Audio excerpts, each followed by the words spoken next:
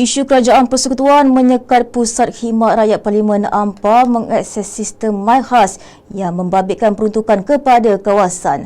Ahli Parlimen PAS Ahmad Fadli Syari mengingatkan Ahli Parlimen Ampang Rozia Ismail mengenai kenyataan beliau di Dewan Rakyat pada 2013 selepas pembangkang mempertikaikan tindakan kerajaan menyekat peruntukan kepada mereka.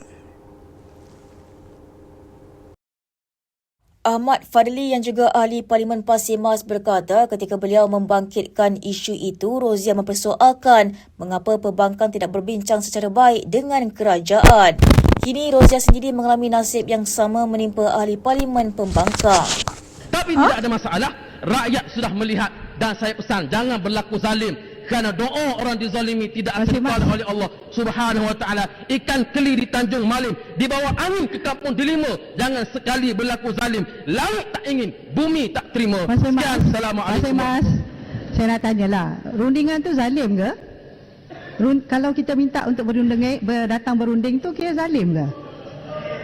Kenapa kena tuduh-tuduh macam tu? Datang je lah berunding, tak ada masalah.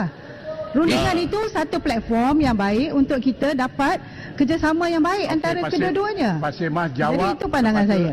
Terdahulu media melaporkan Rozia berkata tindakan kerajaan secara langsung menjejaskan penyaluran peruntukan kawasan serta pelaksanaan pelbagai projek mesra rakyat yang selama ini menjadi nadi bantuan utama penduduk di kawasan berkenaan. Selain Rozia, dua ahli Parlimen PKR iaitu Lee Chian Chung Petaling Jaya dan Wong Cheng Subang turut dilaporkan disekat daripada mengakses sistem MyKhas. Ketiga-tiga mereka dilihat rapat dengan bekas Timbalan Presiden PKR Datuk Seri Rafizi Ramli yang keluar dan melepaskan jawatan dalam parti dan kerajaan serta meletakkan jawatan sebagai ahli Parlimen Pandan selain menubuhkan parti bersama.